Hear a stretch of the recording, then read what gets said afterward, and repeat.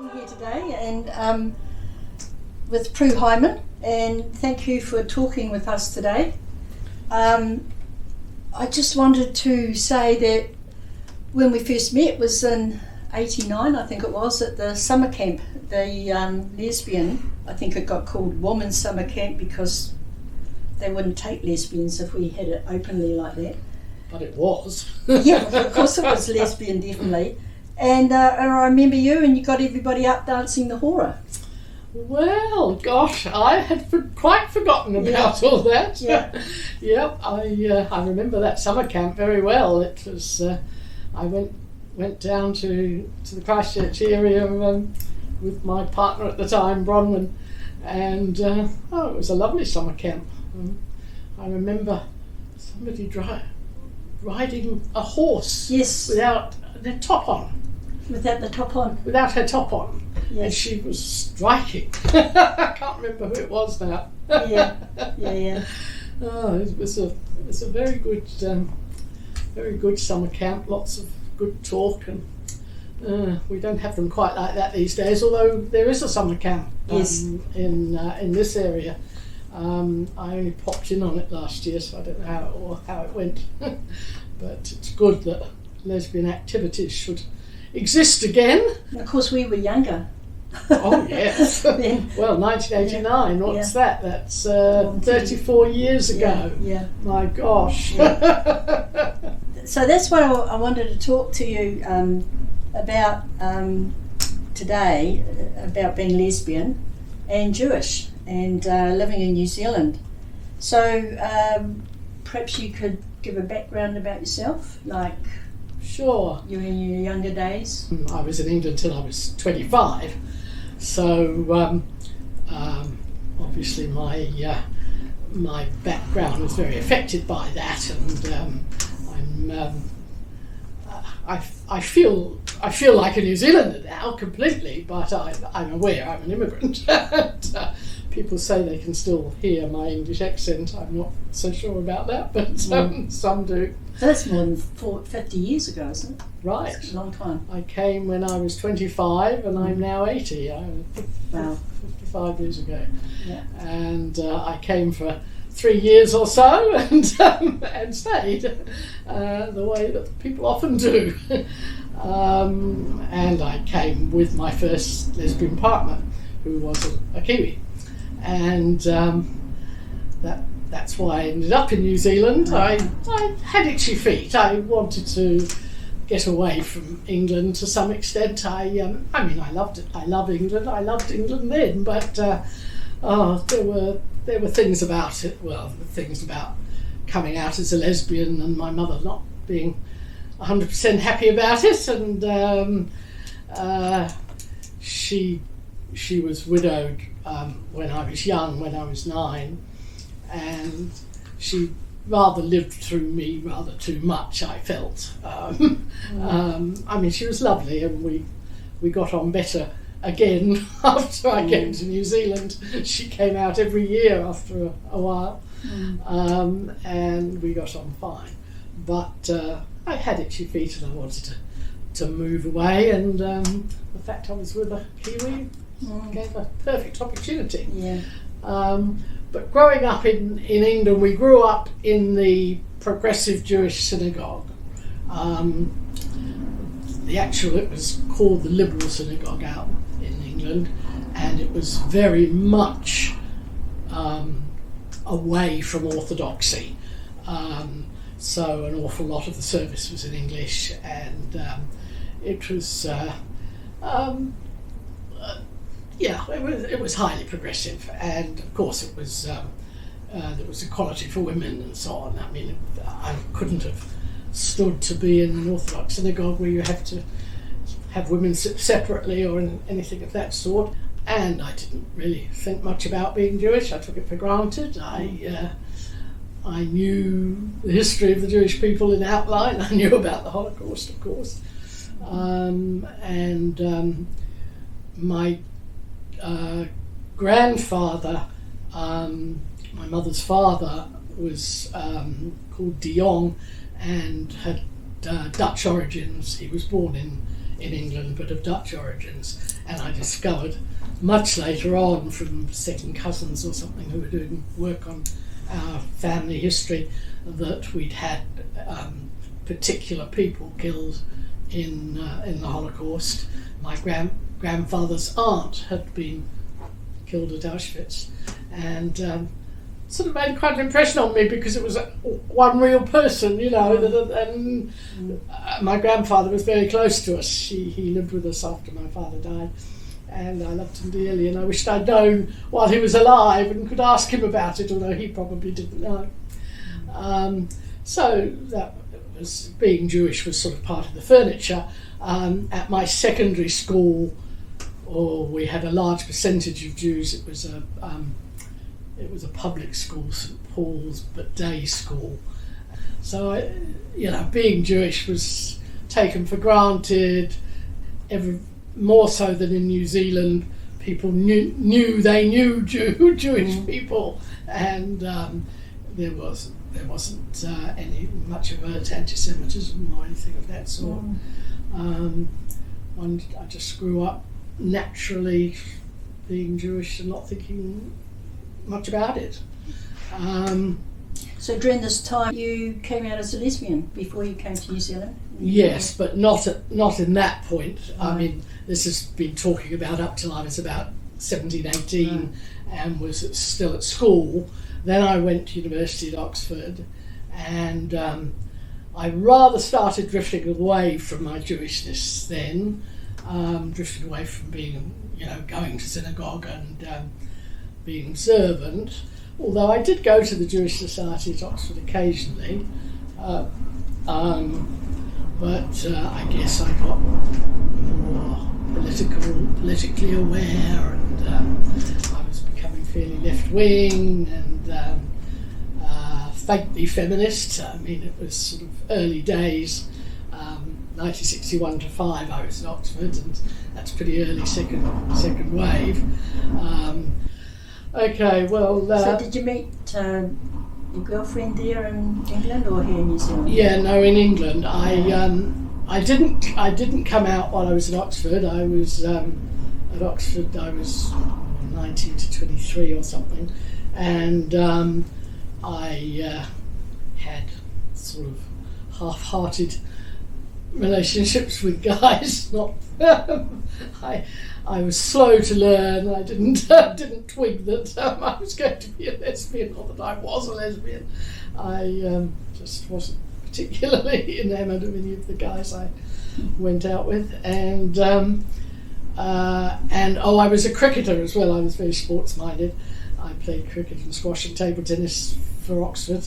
Got me blues, and captained the Oxford cricket team, women's cricket team, and I went on playing cricket in London when I came home and started work after university, and it was through cricket that I met my first lesbian girlfriend. Quite a lot of women cricketers are lesbian, still are. These days, the captain of, no, not the captain, two of the New Zealand women's cricket team are a pair, and one got maternity leave from cricket to have a baby with her lesbian partner. I mean, it was all quiet and surreptitious when I was young, but now it's completely casual and out there. Different generation. Totally different generation. Anyway, I met my first lesbian lover through cricket. It was actually the night that we got together was an All Blacks versus England test at Twickenham, where the two of us went together with a couple of male New Zealand friends of hers, and we went to a party afterwards, and the rest is history. And we got together and started living together within a few months, and I really drifted away from much to do with my Jewishness when I came back from Oxford, and not living with my mother and so on. I mean, I wasn't anti-Jewish. I wasn't, of course, I wasn't. I was proud of being Jewish, but I didn't think it bore much relevance to my life. I wasn't religiously Jewish, and I called myself an agnostic. I still do, and I was, working full time with my partner, playing sport, etc. Just living.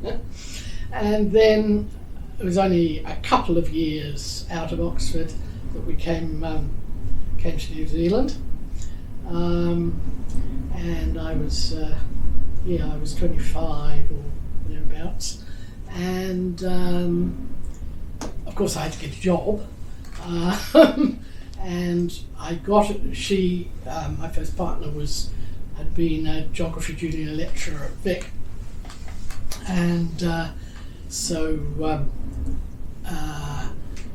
and I was doing economic type work. I'd done PPE, philosophy, politics, economics at Oxford, but I'd done a year's maths first, specialised in maths and statistics side of economics. Academic one. Yeah, okay. But I specialised in maths and stats, and because of that, I could get a job at Vic, even though I only had a first degree. I'd also done some statistical postgraduate stuff, which was useful because economics was getting more mathematical and statistical at the time, and Vic were keen to get people on staff who could teach the maths and stats for economics. Was it quite different coming from England to New Zealand, like in terms of, was there any anti-Semitism around at the time? I know there was homophobia. No. Depending on where you were, in the academic world, not so much. Well, as far as anti-Semitism was concerned, I've found very little overt anti-Semitism in New Zealand. Of course, there have been graves desecrated, there have been incredibly bad things said about Israel, we'll come back to that later, not necessarily anti-Semitic, but sometimes the two blend in together a bit.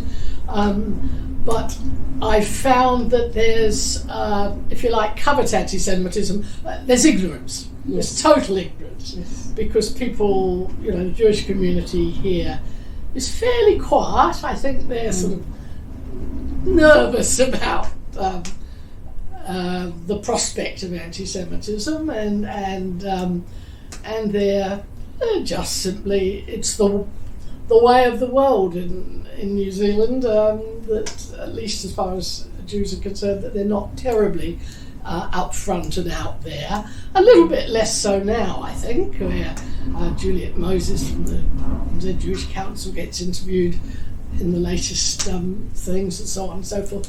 But on the whole, Jews worked hard, got ahead, got their kids educated,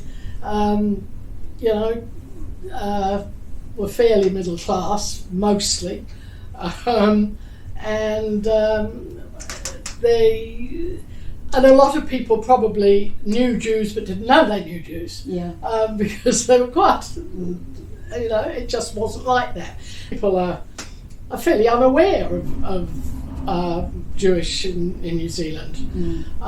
Whereas homophobia, it's obvious. We were having the campaigns for changing the law right up into the 80s, and there were horrible meetings with what's his name, John Banks, and all those people who were very Norman Jones. Norman Jones, yes. He was the favourite. Absolutely. Yeah. I've got a photo of Tiggy and I waving banners at one of those meetings. Yes. But of course that was for the to decriminalise men as lesbians. We weren't criminals, so the lesbians got behind supporting the gay men and their Absolutely. determination. But we also, the second half of that bill in 1981, was it? Was, 85. 86, I think. 86 in yeah. part, it was Yeah. effective, 85 was the Right. campaign. The second half was meant to be for human rights, and that Yes. covered both lesbians and gay men, and so lesbians were wanting that, and as well as supporting the men on decriminalisation. And I remember, the one thing I remember clearly in that campaign was we got the Dominion Post, I think it was just called the Dominion then, newspaper, to do a two-page spread on lesbians and the campaigns, because we were so fed up that it was all about gay men, and lesbians were, as usual, invisible. And a lot of women couldn't afford to be out enough to be one of those people who was profiled. It was a profile of 3 or 4 out lesbians who could afford to be out. Well, I could. The university I was pretty out at the university. I mean, I was out, but not everybody would have known. But I was out enough, and I was one of the 3 or 4 who were in the newspaper giving our stories. And the day that it came out in the paper happened to be academic board met, and I was a staff rep on academic board, and I went in late because I had a lecture from 9 to 9:50, and so I went in at 10, and it started at 9:30, and I could feel eyes on me somehow. And people did come up to me and say, you know, either well done or why did you feel the need or whatever, which was good as far as I was concerned. I could explain why it was necessary to be out there and out and proud. There wasn't much homophobia at Vic. I mean, universities are fairly liberal places, although not so much at the moment for reasons. Yeah. They sort of, from many other jobs, they didn't kick you out if you were lesbian or anything like that. So Oh, hell no. yeah, exactly. Although, you know, I was regarded as a lesbian feminist, and in the economics department, economics being fairly, you know, sort of, well, right-wing in orientation, really, orthodox economics is, that I was regarded as a bit of a maverick, but they were happy enough to have me do a lot of the work. I chaired the economics department at one stage, and but they regarded my feminist economics work, let alone anything lesbian, as being not real economics. But that's the way it went. Yeah. Good on you. Yeah. But I drifted away from anything to do with Jewish community. I mean, I came to New Zealand in 1966, and I really had, 1969, and I really had nothing to do with Jewish community until, I'm not sure when, about the mid-80s, I think. Certainly 15 years at least. I suppose I was aware of Jews around and so on, but I didn't have anything practical to do with it. And then I started with my feminist activities. I started doing women's studies, going to women's studies conferences and so on. And I went to women's studies conferences in the States, and I was blown away because about, roughly speaking, a third were Catholic, a third were atheists, and a third were Jewish. I exaggerate, but that sort of thing. And they had a Jewish caucus and wrote their own feminist Jewish services and so on. And a lot of the feminists were lesbians too, and there was lesbian caucuses as well. and I started realising it wasn't incompatible to be Jewish and lesbian and feminist. And that was really what got me back into being Jewish as well, and being aware of my Jewishness. And I realised I was more in the closet as a Jew than as a lesbian. That's interesting. I mean, not deliberately, but Yeah. but that was the effect of it. And Tilly Lloyd, actually, I remember having an impact on me. I think I was already doing lesbian radio sometimes. Alison and Linda were the main stalwarts of lesbian radio at that time, but I did it for them when they were away, and I think I did the odd program. And Tilly egged me into doing whole programs on being Jewish in the lesbian and feminist community, and being lesbian and feminist in the Jewish community. And I started, getting more, putting it together more, and also Judith Dale, a friend of mine who was a Christian lesbian feminist and in the English department at Vic. She told me that her church, St. Peter's, was having a Passover Seder service taken by my Temple Sinai, the liberal progressive synagogue in Wellington, and she persuaded me to go along. And I had a Jewish feminist Haggadah, which is the prayer book for the night, that I'd picked up in the States, and I knew a lot of the tunes, and I could remember much of the Hebrew service from my days being brought up in it in London. And I asked the chap taking it if I could insert a feminist prayer, and said yes, of course.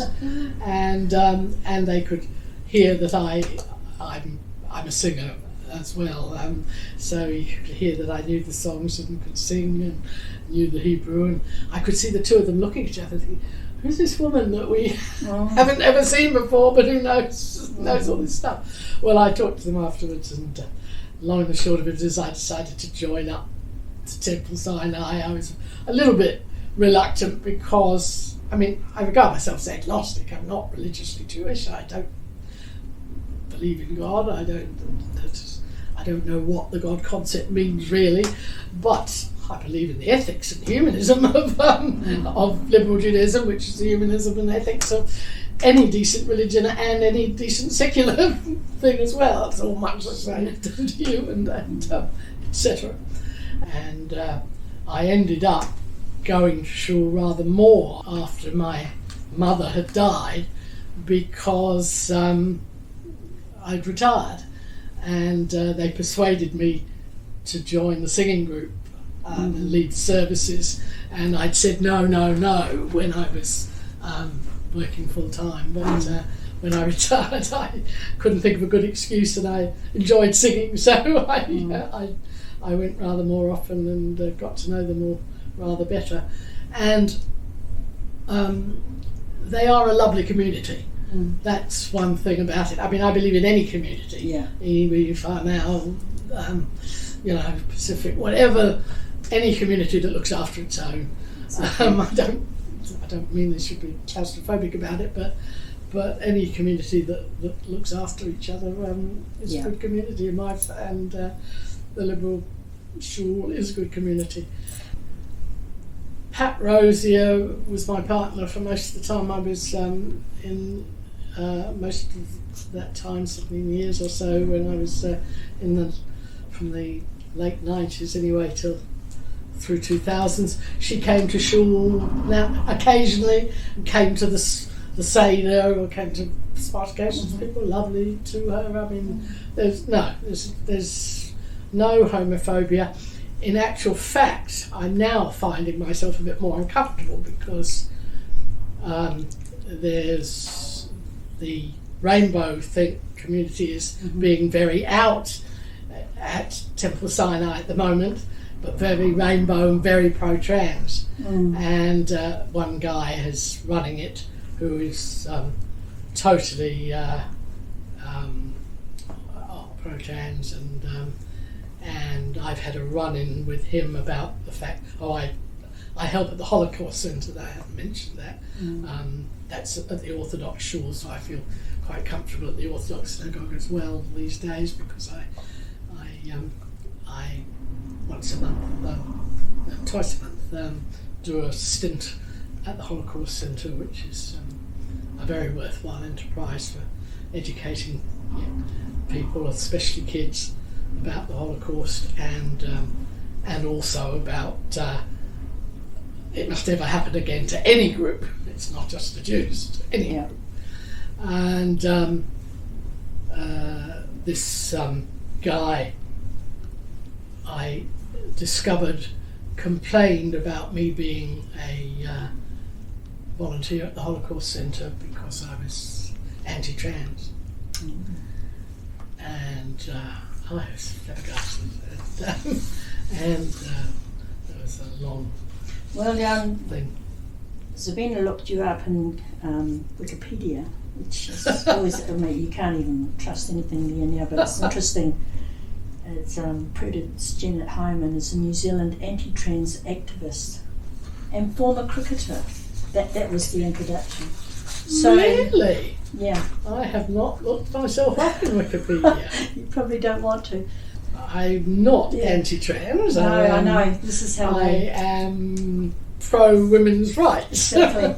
I believe trans people should have human rights, but that they should not impinge on women's rights. Exactly.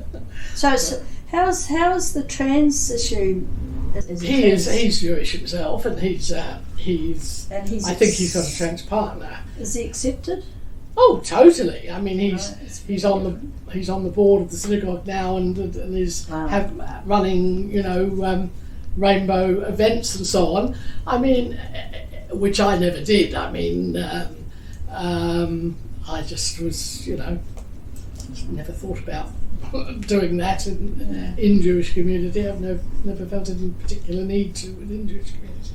Yeah. But he's doing that, but I feel uncomfortable being part of it because, well, a lot of us feel uncomfortable being part of rainbow community these days at all. Yes. We practically started lesbian and gay activities when they were just LG or LGB, but now it's all the initials under the sun, and they're more trans than anything else. Well, of course, LAVA's been Lesbian Action Visibility in Aotearoa has been chucked out of having pride and things, and I was chucked out of lesbian radio for not being prepared to be taken. It's now called Quilted Bananas. God knows why. But it's no longer purely lesbian. It ran for 35 years or something as a lesbian activity, and it's now very, very pro-trans. And we have a different issue today with what's happening now with Israel. Have you ever been to Israel? Have you lived there or visited Yes, Israel? I've been to Israel. I haven't lived there. I only had 2 brief trips there. I, funnily enough, have practically no family there or friends. I just so happens I've got a second cousin, I think, who I follow on Facebook, who's there, and it doesn't feel like home to me. I mean, in a way, I'm sad about it. I wish I had more connections with Israel, because obviously the fact that there is a place post-Holocaust that Jews can call home, where being Jewish is just every day, it's very, very important. I think it's necessary. I think Israel needs to exist. But it doesn't feel like a home for me. On the other hand, I feel the need for it, and am proud of a lot of its achievements. Its scientific achievements, its right of return for all Jews, which meant that its population went up from 3 million to almost 10 million, while ours rose from 3 million to 5 million. And it's very small in area. So it's, it's done a hell of a job.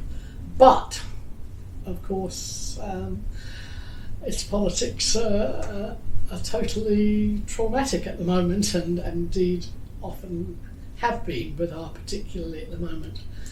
And that's a source of agony for many of us. Well, there's a double whammy going on here. Where, as a lesbian, being attacked by the trans movement and being made invisible, taking our name away as lesbian, and then on top of this now with the attack on Israel and the call to arms of different ones for the Palestinian cause.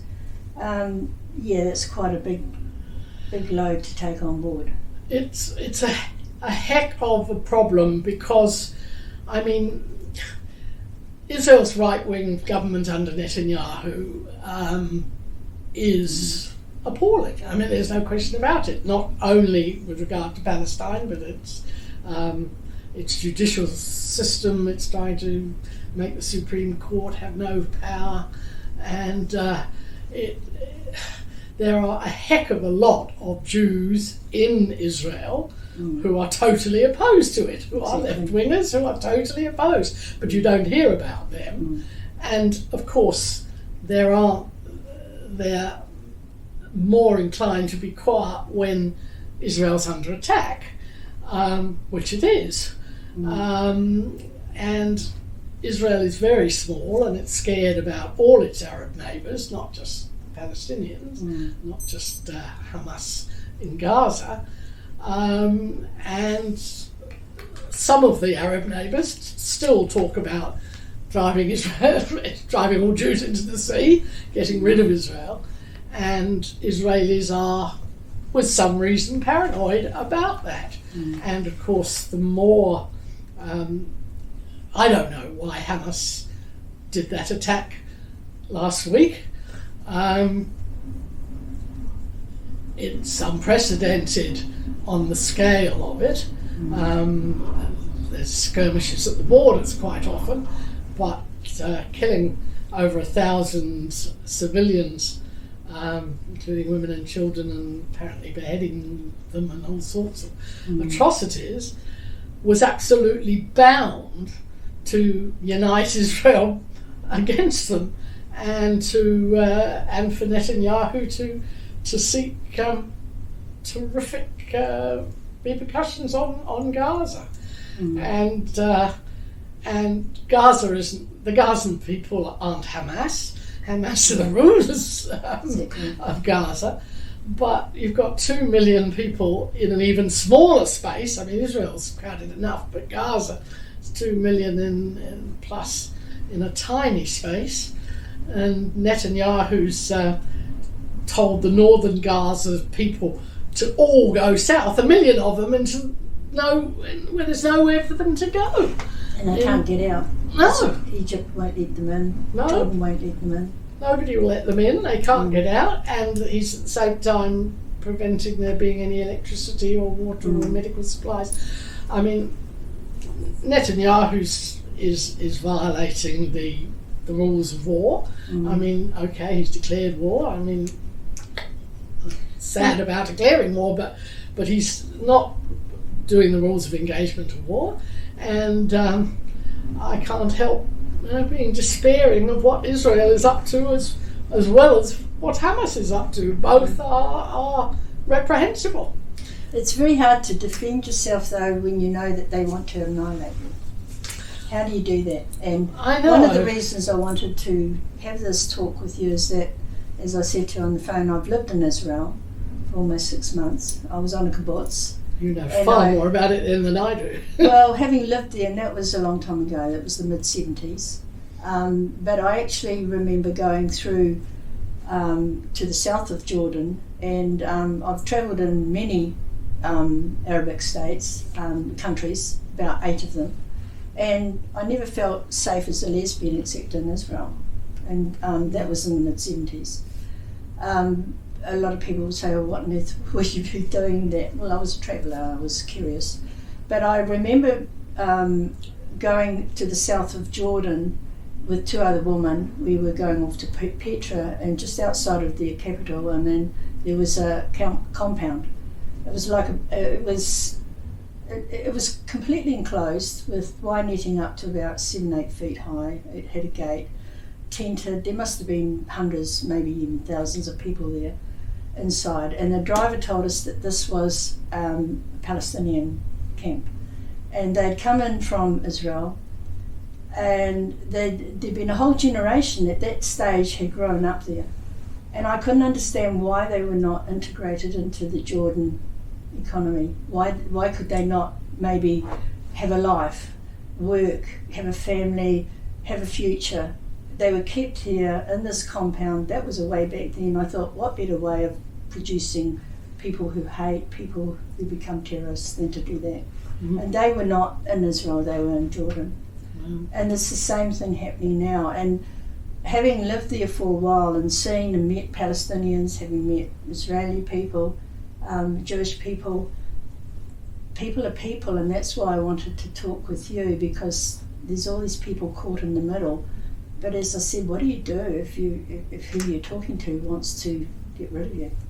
How do you negotiate that? Yeah, well, let's face it, ever since Israel came into existence in 1948, there has never been peace with their Arab neighbours in 75, 80 years. And it seems absolutely intractable. And I think it's all to do with all sorts of politics involving America as well, involving oil, involving everything. The whole Middle East is totally intractable, and I can't pretend to be an expert on it at all. But Israel obviously has gone ahead with immigration and technological advancement and so on, and of course it's financed very heavily from America as far as its armaments are concerned, and so it tries to defend itself and is in a reasonable position to defend itself. But there's still only 10 million or so people and a very small space, and there's certainly a lot of fear, and reasonable fear. I mean, after all, 1,000 people have just been wiped out by Hamas, and yet the ordinary Palestinians don't want the end of all Israelis. I mean, of course, fear gets whipped up again if Netanyahu's troops come in and seem to bomb indiscriminately and bomb civilians. That's against the Geneva Conventions. It's against, and they shouldn't be doing it. And it immediately stirs up hatred of Palestinians for Jews. And yet, there's a big Arab minority within Israel who 20%. Arab in Israel, and mostly that goes all right. And there's sometimes an Arab party as part of it's in the Knesset anyway, in the parliament, and there are huge numbers of groups, particularly women's groups, Jewish Voices for Peace and so on, who where Arab and Jew and Israeli people work together. I mean, that's the sad part. There's huge movements for peace, but the leaders don't want peace, and a certain faction. That for their interests, they don't want peace. Definitely. I don't know why they don't want peace, really. I mean, that's beyond me. I mean, I don't know why Hamas decided to do this particular awful thing that was bound to get repercussions. That it's incredibly sad to me. But I don't feel totally comfortable with the Jewish community's responses here either. I mean, quite rightly, there's nervousness that anti-Semitism could be stirred up by the Netanyahu response to Hamas, and the synagogues, I don't know if you know, synagogues are shut this weekend. The synagogues were closed, all synagogues, because with advice, consultation with the police, the Jewish community and the police get on, liaise perfectly well over it, and there's protection of synagogues to make sure that the extremists who are drawn to the Palestinian side have no objection to Palestinians in New Zealand raising the issues that Israel is not without doing harm in any of this, but they encourage extremists possibly to join them, and but the Jewish reaction is entirely about Israel and doesn't seem to appreciate that the Palestinians are being done harm to as well. And I feel, equally for both sides, really. As I would have thought most Jewish people here would, anyway, because there's nothing you can do. No, but naturally, a lot of people here have got relations and friends in Israel, and they're naturally worried for them. But I whenever anybody says to me, as some people have in the last week, I'm so sorry for what's happening in Israel, and I said yes, and I'm sorry for the Palestinians who are being bombed as well. They're caught in the middle too. It's like the Hamas are using the women and children to hide behind, which is pretty awful when you think about it. Yeah. So you, I can quite understand where how you feel that you can see both sides. You see yourself as on the left, and it's the left that are whipping up a lot of the anti-Semitism that's happening overseas, and there have been big rallies overseas in the UK and in America, and I hope it just doesnn't happen here. Where do you see that going? Well, it's been quite interesting because, of course, in England, Keir Starmer was regarded as being rather anti-Semitic, the Labour leader, and he's actually tried to get rid of that impression totally. Labour are trying to be much more even-handed in England, which I'm glad to see. But in America, Biden is totally on the Israeli side, more so than I think is reasonable. I guess, American Jewish opinion is very influential, and very financially influential too in Democrat circles. So I suspect that that's part of it. I don't think that the UN or should be totally on the Israeli side in this. I think it's got to be an attempt to try and diffuse matters, but I don't know how. Given the 75 years of conflict, I just don't know how it's going to happen. If I did, I would get a Nobel Prize, I think.